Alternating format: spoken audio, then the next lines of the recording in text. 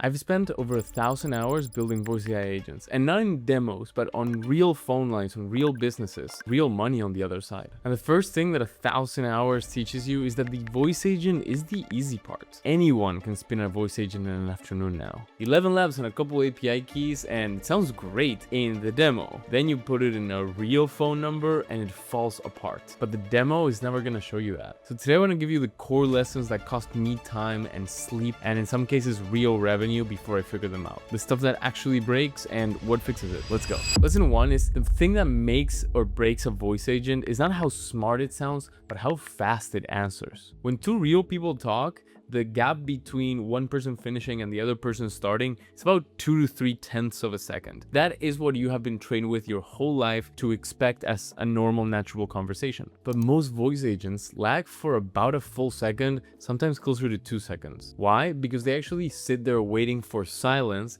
before they start thinking. And that delay makes something feel broken in that call. Like the caller thinks that the agent is not listening and goes hello, and now the agent and the user are talking over each other and it messes the whole experience up. Early on, I had a lot of calls go badly before this even clicked because the model was right and the script was right, but it was actually the latency, the reason why the users were not having a good experience with the agent. So the first thing I optimize right after my prompt is ready is the latency. If you get that under control, even a mediocre agent can sound a lot better. But if you ignore latency, even a really smart agent will feel like something's broken. Lesson 2 is the twin of the first one. Is the agent knowing when he has to stop talking. Real people interrupt. They will cut you mid-sentence. They will answer your questions before you're done asking, and a human handles that without thinking. A voice agent by default just keeps talking, or if you set it up to be interrupted, usually feels too slow. Just plows straight through the person who's talking.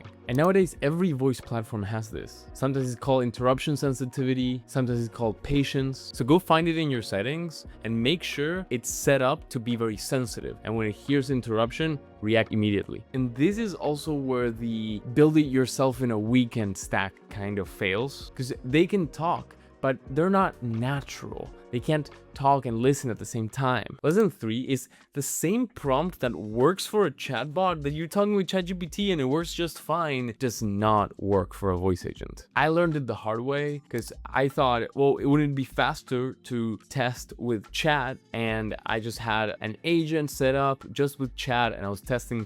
But then when I put it in a voice agent, everything broke down because sometimes it was transcription issues. It didn't understand the word that I said. Sometimes it was the pacing that was off, that there's no way that you can identify that through chat. And sometimes it's you read a chat and it's like, it's 4 lines, you read them, but in voice it's so much slower and it makes the experience feel like the agent is just going on and on and on, and that also ruins the user experience. So writing for the ear is its own skill, because in a call people hold one thing in their head at one time. If you're walking through available times, that's where their focus is. You can't give them 10 different times that are available because it's going to be too much to remember. So you should write the way you actually talk. Short turns, one question at a time, and that might include telling it how to handle when it doesn't know something. To say, I'm not sure, but I'll get somebody on the team to answer that for you, just like a human would. So add those failure paths, not just the happy paths. What does the agent say when the user goes off script? What does the agent say when the user stays quiet or they go ask something that's completely off topic? Or if they ask for a human? The demo is not going to show these things, so that's why you need to think of these things beforehand. The experience that made me cringe the most was when my agent used to go check availability and used to say it out loud, and it sounded so strange. It was like, I checked availability, these are the times that are available, and then they would ask confirmation from a user and I would say, yeah, Wednesday 2 p.m. and it's like, okay, great, let me book that for you. Okay, that is booked in, your appointment is, and they said the full date, and it was just not natural. It was so robotic. And changing it to like, how would I do it? And literally role play with my partner. It's like, okay, yeah, let's write that down. And then that's what we taught the agent. This is part of good delivery, but that's still just the building part. What real delivery is being able to give something to the client that works. And at one point, far into the 1,000 hours, we found this platform called ChatDash that we started using for our clients because we realized, wait, most of our time and most of the errors come from not having this dashboard ready. And and having to rebuild what the user is going to log into every single time from scratch. So it saved us a lot of time. It made delivery much easier. But what I didn't know is would also increase retention, because now they have something where they can go see the successes. Not an email that we're sending them after the call, but like, hey, here are all the calls. These are the ones that succeeded. Here are all the appointments that got booked. And we realized, of course, when they can see the success, they're never going to cancel. The link's below and you should check it out. But either way, keep watching, because lesson 4 is where most builds actually die. And is that everybody's obsessed with the AI, and AI is the hype, but what actually breaks a lot of builds is the telephony, is the actual phone number. It is not easy. It's actually quite complicated, because every business runs a different type of phone line. Because getting an agent to talk is solved. The tough part is when a call drops and the user calls back again, calling the user after a call drops. How do you identify that the call dropped, that it wasn't them hanging up? Or the agent calls somebody and it hits a voicemail. What do you do then? How do you handle when it's before hours versus after hours? There might not be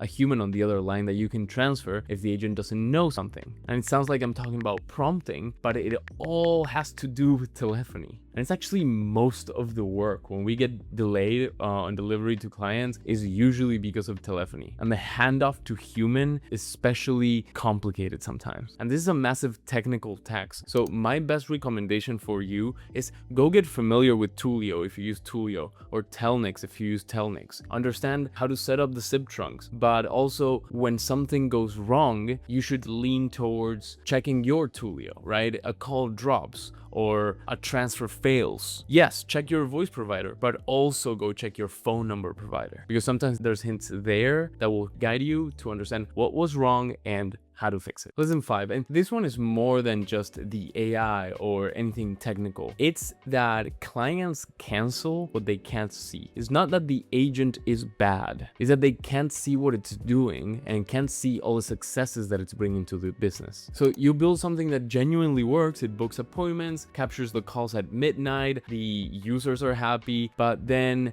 some clients will go quiet and then they will cancel. Why? Because it's a black box to them. They can't actually see what's going on. And again, an email is not enough, because an email doesn't show them how it impacts their business. They need total calls handled, appointments booked. How many more calls are we getting this week than last week? And without that, it just ends up feeling to them like a service that's just extra that they can't really justify right now. The silent killer becomes the lack of visibility. Even if the value was real, it was completely invisible. So the fix doesn't become a smarter agent. It becomes a dashboard that they can log into and see the successes. Because the moment the client can see the ROI, the cancellation concerns stop happening. Which brings me to the last lessons, lesson 6, which all the other ones were kind of pointing at. Look at the lessons. We have latency, interruptions, telephony, writing for the ear. The whole point is that the prompt was never the product. It's everything that sits around it. And the biggest chunk of the work and where the biggest definition of success and failure happens is with what the client can see. It's the dashboard. Nowadays, people pay for results. And when those results become visible, the client is happy. That was my big realization, because I've met